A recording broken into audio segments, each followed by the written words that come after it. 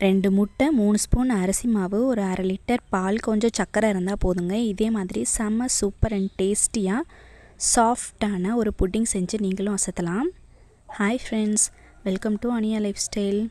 இந்த புட்டிங் எப்படி செய்கிறது அப்படின்னு பார்க்குறதுக்கு முன்னாடி, இப்போ தான் நீங்கள் நம்ம அனியா லைஃப் ஸ்டைலை ஃபஸ்ட் டைம் பார்க்குறீங்க அப்படின்னா சப்ஸ்கிரைப் பண்ணி வச்சுக்கோங்க. அப்படியே பக்கத்தில் இருக்க பெல் ஐக்கனையும் ப்ரெஸ் பண்ணி வச்சுக்கோங்க. இப்போ வீட்டில் இருக்க ரொம்ப குறைவான பொருட்களை வச்சு இந்த மாதிரி ஒரு புட்டிங் செய்கிறது தான் எப்படி அப்படின்னு பார்க்க போகிறோம்.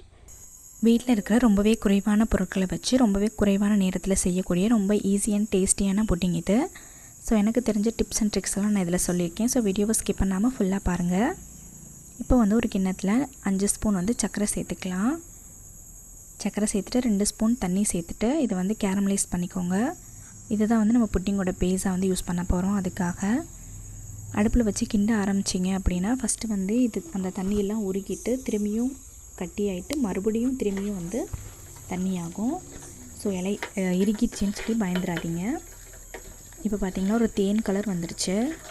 இது வந்தோடனே நீங்கள் ரொம்பவே வேகமாக செயல்படணும். இப்போ இதை நீங்கள் எந்த இதில் புட்டிங் செய்ய போகிறீங்களோ அந்த பாத்திரத்துக்கு இதை மாற்றிடுங்க. மாற்றிட்டு இந்த மாதிரி செட் ஆகட்டும். இதை சேர்த்த உடனே செட் ஆகிடும். அதனால் ரொம்ப வேகமாக சேர்த்துடணும் பாத்திரத்தில். கீ எல்லாம் தடவிடாதீங்க. தடவுனீங்க அப்படின்னா உங்களுக்கு அது செட்டே ஆகாது.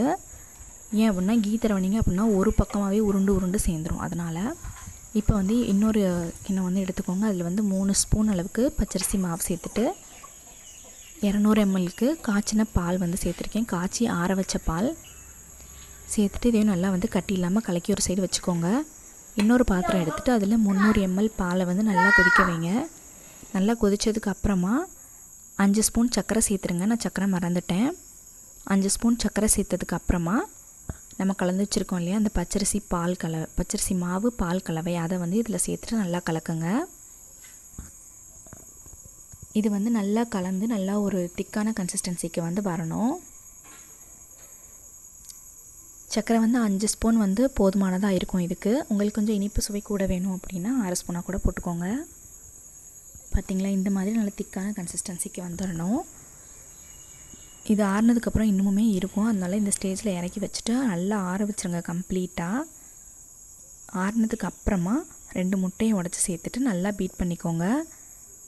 பீட் பண்ணிவிட்டு இதில் கொஞ்சமாக வாசனைக்காக வெனிலா எசன்ஸ் சேர்த்துக்கலாம். இல்லைன்னா முட்டையோட ஸ்மெல் வரும் ஹெவியாக. வெனிலா எசன்ஸ் இல்லை அப்படின்னா உங்கள்கிட்ட ஏலக்காய் பவுடர் கூட சேர்த்துக்கலாம். அதுவும் நல்லாயிருக்கும். இப்போ நம்ம கலந்து வச்சுருக்கோம் இல்லையா, அந்த காய்ச்சி வச்சுருந்தோம் இல்லையா அந்த மாவு பாலெல்லாம் போட்டு நல்லா கம்ப்ளீட்டாக ஆறணுன்னு கலக்குங்க. இல்லை அப்படின்னா சூடாக இருந்துச்சுன்னா அந்த சூட்லேயே இந்த முட்டை அவிஞ்ச மாதிரி ஆகிடும். ஸோ அதனால் கம்ப்ளீட்டாக ஆறுனதுக்கப்புறமா தான் நீங்கள் இந்த ப்ராசஸ் செய்யணும்.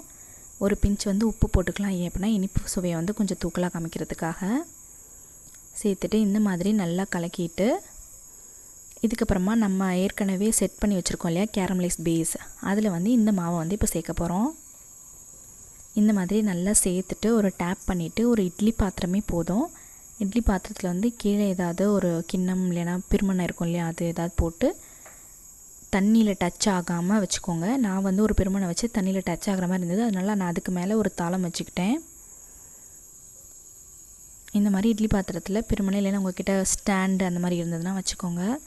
இந்த மாதிரி ஒரு பிளேட் போட்டுட்டு மேலே நம்ம சேர்த்த பேஸ் அந்த புட்டிங் மாவை வச்சுட்டு அதுக்கு மேலே ஒரு மூடி போட்டுட்டு அதுக்கு மேலேயும் ஒரு மூடி போடுங்க.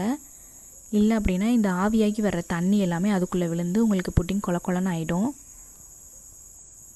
இந்த மாதிரி வந்ததுக்கப்புறமா இதை எடுத்துகிட்டு தாளத்தை திறந்து ஒரு 1/2 மணி நேரம் ஆச்சு. நல்லா 20 நிமிஷத்துலேருந்து 1/2 மணி நேரம் ஆகும் இது ஆறுறதுக்கு.